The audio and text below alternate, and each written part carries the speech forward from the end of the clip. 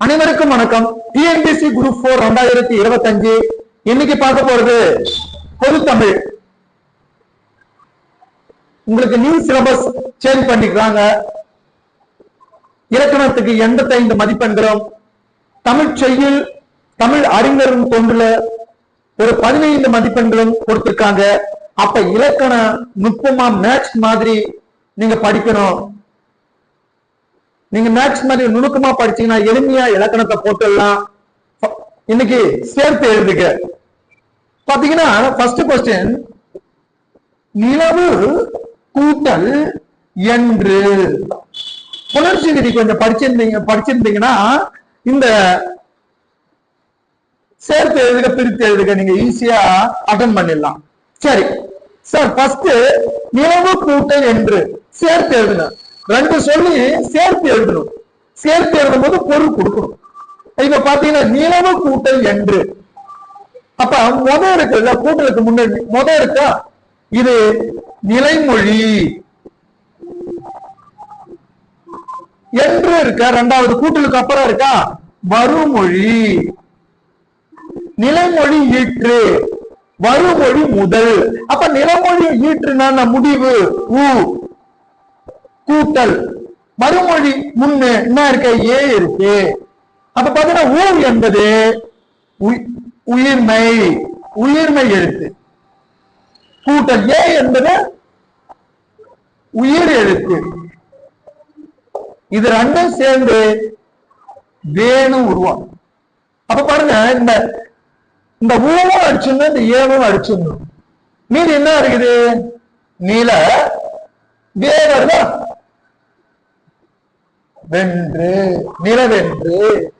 சரி, அடுத்த क्वेश्चन பார்க்கலாமா?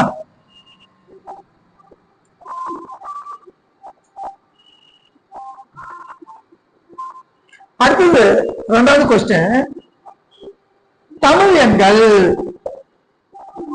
தமிழ் கூட்டல் எண்கள். அப்ப இருக்கா, இளமொழியோடைய முடிவு ஈற்றுனா முடிவு ஈழ் கூட்டல் ஏ. அது பாருங்க, ஈழ் கூட்டல் ஏ. ஈழ் என்பது மெய்யெழுத்து, மெய்யெழுத்து. ஏ என்பது உயிர் எழுத்து. அப்ப ரெண்டும் ஈழும் ஏவும் சேர்ந்து என்ன வருது, ஏழு வரும். அப்ப பாருங்க, ஈழ அடிச்சலாமா, ஏவ அடிச்சலாமா. தமிழ் எண்கள். அடுத்த क्वेश्चन பார்க்கலாமா?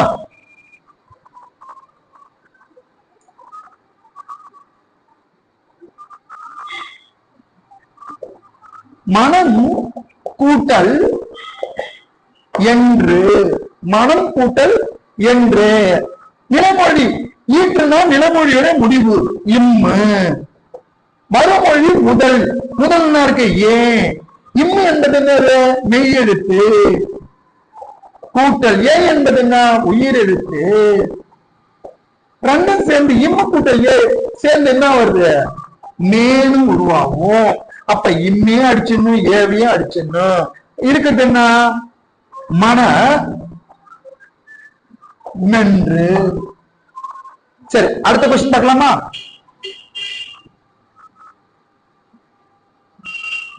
நாலாவது क्वेश्चन பாத்தீங்கன்னா,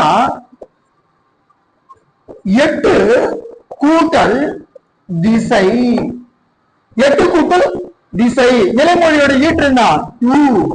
வருமொழியோட முதல் என்ன, டி.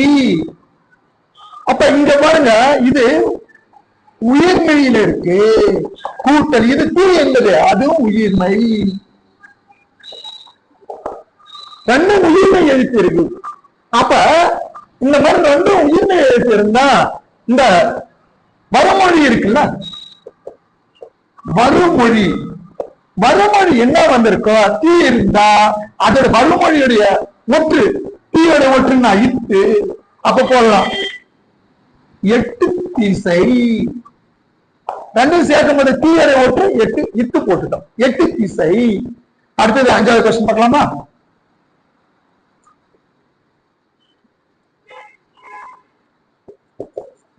கூட்டல் சுடர்.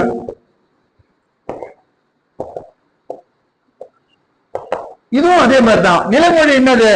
ஈற்று முடிவு தூ. மறுமொழி என்னது? முதல் சு. து உயிர்மை. சு உயிர்மை.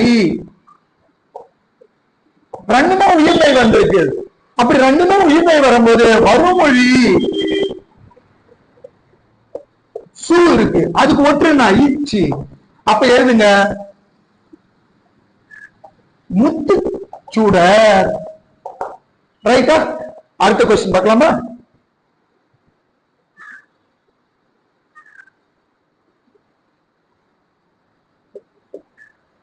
ஆழ்கடல். ஆழம் கூட்டல் கடல் இருக்கும். ஆழம் கூட்டல் கடல். அப்ப பாருங்க, இம்மு இருக்கு கூட்டல் நிலைமொழியோட ஈற்றுங்க இம்மு. வறுமொழி முதல் என்ன? கா. இந்த மாதிரி இருக்கு. இங்க பாருங்க மெய்யெழுத்து இருக்குது, இந்த இடத்துல உயிர்மை இருக்கு கூட்டல். இந்த மாதிரி இருந்ததுன்னா இம்மானது இக்கா மாறும். வறுமொழி என்ன இருக்குது? அது இக்கா மாறும். ஆழ் கடல். அடுத்தது பார்க்கலாமா?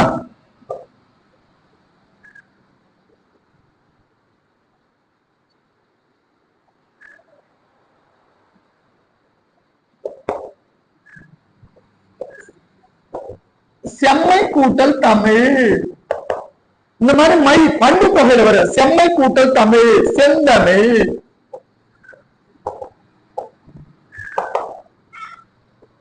அடுத்தது பாத்தீங்கன்னா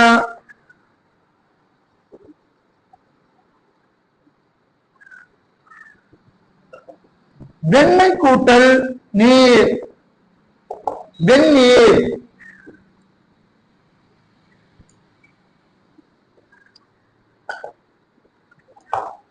இந்த மாதிரி பிரித்து எழுதுகிற கொஞ்சம் நுட்பமா நீங்க கத்துக்கினீங்கன்னா, கஷ்டமா கொடுத்தா கூட எளிமையா நீங்க போட்டுடலாம். அப்ப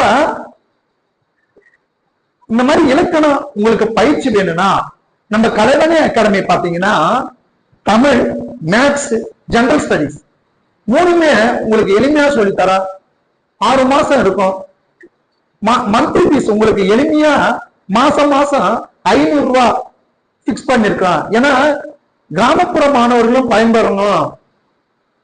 2000, 3000, 4000 மொத்தமா கட்ட கஷ்டமா இருக்கும். அப்ப யூடியூப்ல எல்லாத்தையுமே நடத்திட முடியுமானா முடியாது. எல்லாத்தையுமே சொல்லிக் கொடுக்க முடியும். யூடியூப்ல எல்லாத்தையும் சிலபஸ் ஃபுல்லா உங்களால கவர் பண்ண முடியும், யூடியூப்ல சொல்ல முடியாது.